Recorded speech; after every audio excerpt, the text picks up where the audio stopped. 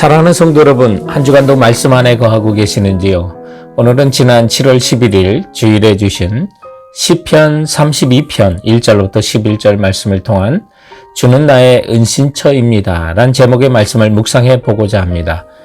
말씀의 산책을 위한 묵상의 장소로는요, 자슈아 트리 내셔널 파크, 이 전경이 한눈에 내려다 보이는 라이언 마운틴 트레일, 트레일에서 말씀의 산책을 진행하도록 하겠습니다. 시편 32편은 다윗의 참회의 시이고요. 마스길이라는 표제가 붙어 있는데 이것은 지혜롭게 함이라는 그런 뜻입니다. 다시 말하면 다윗은 실패한 과거를 통해 지혜를 얻었다는 것인데요. 그런데 아마 그 과거의 실패는 우리아의 아내 바세바를 범하고 죄로 아팠다가 하나님께 자백하여 용서함을 받은 경험에서 지혜를 얻었고 그것이 또한 복이 되었다고 노래하는 것이었습니다. 그래서 1절 시작이 허물의 사함을 받고 자신의 죄를 하나님께서 감추어 주시는 자는 복이 또 있다고요. 2절에서는 여호와께 정죄를 당하지 아니하는 자는 복이 있도다 라고 노래합니다. 여기 복은 하나님과의 관계 속에서 누리는 영적인 복으로 하나님이 나의 은신처라고 하는 것인데요. 하나님이 자신을 대적들에게서부터 감추어 주시고 또한 안전하게 보호해 주셨음을 다윗은 경험을 통해 배우면서 하나님께 받은 그것이 복이었다고 노래했던 것입니다. 그래서 다윗은 7절에 주는 나의 은신처이오니 환난에서 나를 보호하시고 구원의 노래로 나를 두르시리이다. 여기 시인이 하나님을 나의 은신처라고 고백했던 환난을 벗어났던 그 경험의 지혜를 알아보고자 하는 것입니다. 본문이 주는 첫 번째 교훈은 죄를 합리화하거나 망각하지 않고 고백할 때 하나님은 당신에게도 은신처가 되실 것이라는 것입니다. 우리는 죄를 합리화하거나 또는 망각하여 생각하지 않으려 할 때가 너무 많이 있습니다. 그런데 용서받을 수 있는 것이 여러분 복인 것을 알아야 합니다. 우리가 회개하면 하나님은 우리의 죄를 기꺼이 용서해 주십니다. 그래서 5절에 내가 이르기를 내 허물을 여호와께 자복하리이다 하고 주께 내 죄를 아뢰고 내 죄악을 숨기지 아니하였더니 곧 주께서 내 죄악을 사하셨나이다. 다윗은 바로 이것이 얼마나 큰 축복인지 죄사함의 축복인지 알았기 때문에 1절과 2절에 죄가 가려진 자는 복이 있고 여호와께 정죄를 당하지 아니하는 자는 복이 있다고 찬양했던 것입니다. 성도 여러분, 우리 그리스도인들은요, 죄를 회개하지 않으면 고생한다. 이거 철저히 믿어야 합니다. 죄를 회개하지 않으면 고생한다.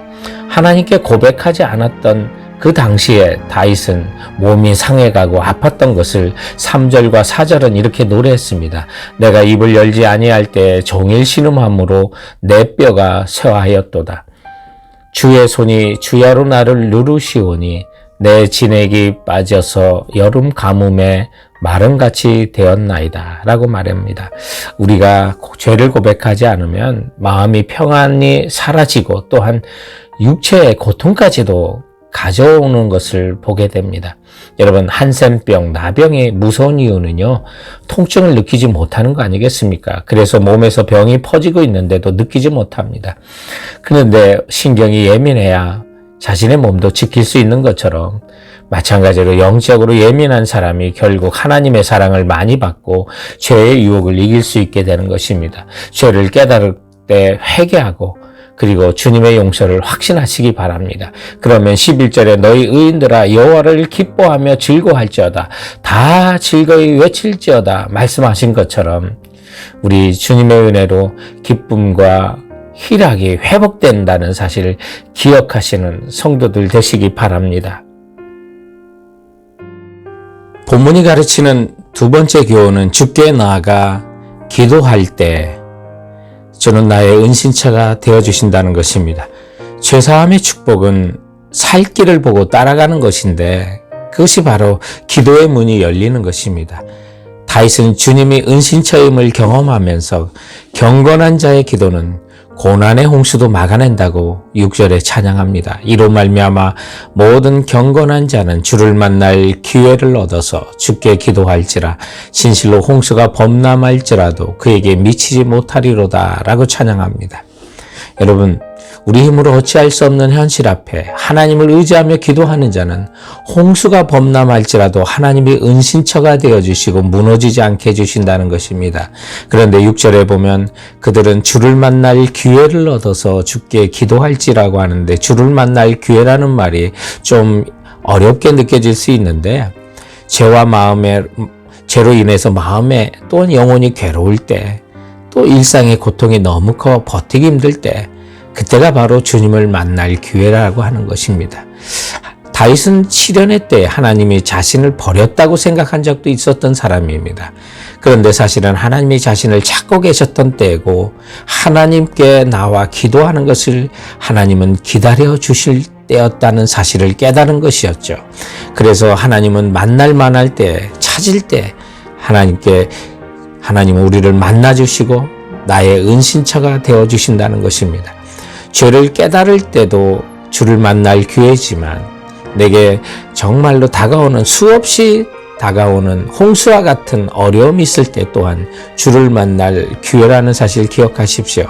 우리는 지난 주일 설교에 1940년 겨울에 페인트 공인 남편이 일감이 없어 돈이 떨어져 18개월 된 딸이 폐렴에 걸렸을 때 의사의 처방은 매일 삶은 달걀 하나씩을 먹이라고 했지만 달걀 살 돈도 없을 때 이 아이의 엄마 조세핀이 간절히 주님께 기도하고, 하나님, 딸에게 달걀이 필요합니다. 매일 달걀을 주세요라고 했을 때 딸이 건강을 회복하고 남편이 다시 일감을 얻어 일당을 받아온 오기까지 매일같이 그의 집 앞에 붉은 닭이 와서 달걀을 낳고 갔었다는 그런 하나님의 놀라운 기도응답에 대한 이야기도 나눴습니다. 성도 여러분, 힘들고 어려울 때 주를 만날 기회라는 사실 기억하시고 기도하십시오.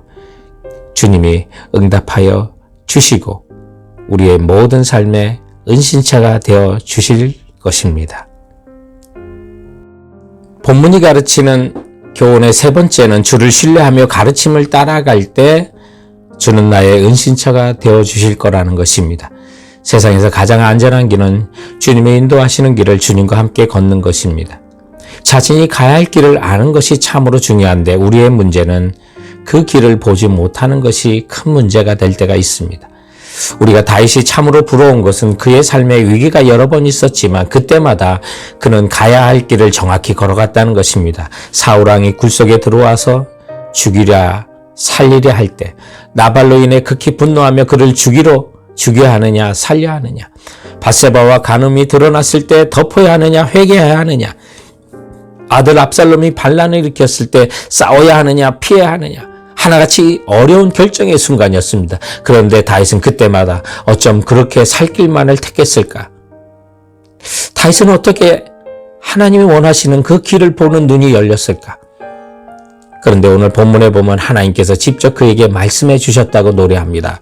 8절에 보면 내가 내 갈 길을 가르쳐 보이고 너를 주목하여 훈계하리로다. 너는 무지한 말이나 노새같이 되지 말지어다. 그것들은 제갈과 굴레로 단속하지 아니하면 너에게 가까이 가지 아니하리로다. 성도 여러분, 살 길이 무엇인지 보지 못하면 주님의 뜻과 관계없이 각기 제 길로 가는 무지한 말과 노새같이 됩니다. 그러나 정말로 뜨거운 영성으로, 예민한 영성으로 주님과 함께 길을 걸어갈 때 우리는 생명의 길, 옳은 길을 주님이 우리에게 가르쳐 주시고 훈계해 주신다고 말씀하고 있습니다. 그래서 본문 10절에는 악인에게는 많은 슬픔이 있으나 여호와를 신뢰하는 자에게는 인자하심이 두루리로다 말합니다. 하나님을 신뢰하고 맡기면 마치 변호사가 나의 모든 문제를 맡아 재판에서 이기도록 노력하는 것처럼 하나님께서 인자하심으로 우리와 함께 해주신다는 것입니다. 성도 여러분, 우리도 이 주님의 인자하심과 은혜, 피난처 되심을 맛봐야 되지 않겠습니까? 그러므로 우리도 성령님과 성경을 주목하며 주님의 능력, 주님의 역사, 주님의 인도하심을 따르길 소망하시기 바랍니다. 주님과 말씀의 인도하심을 깨닫고 길을 발견할 수 있는 것이 바로 회개하며 깨어있는 영성을 가진 자들만이 알 수 있는 것입니다.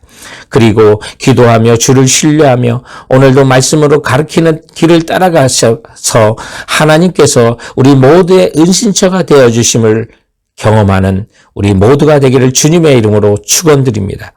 사랑하는 성도 여러분, 주님의 시원하시게 베풀어 주시는 말씀의 능력으로 이번 한 주간도 승리하시고 건강하시기 바랍니다. 감사합니다. 안녕히 계세요.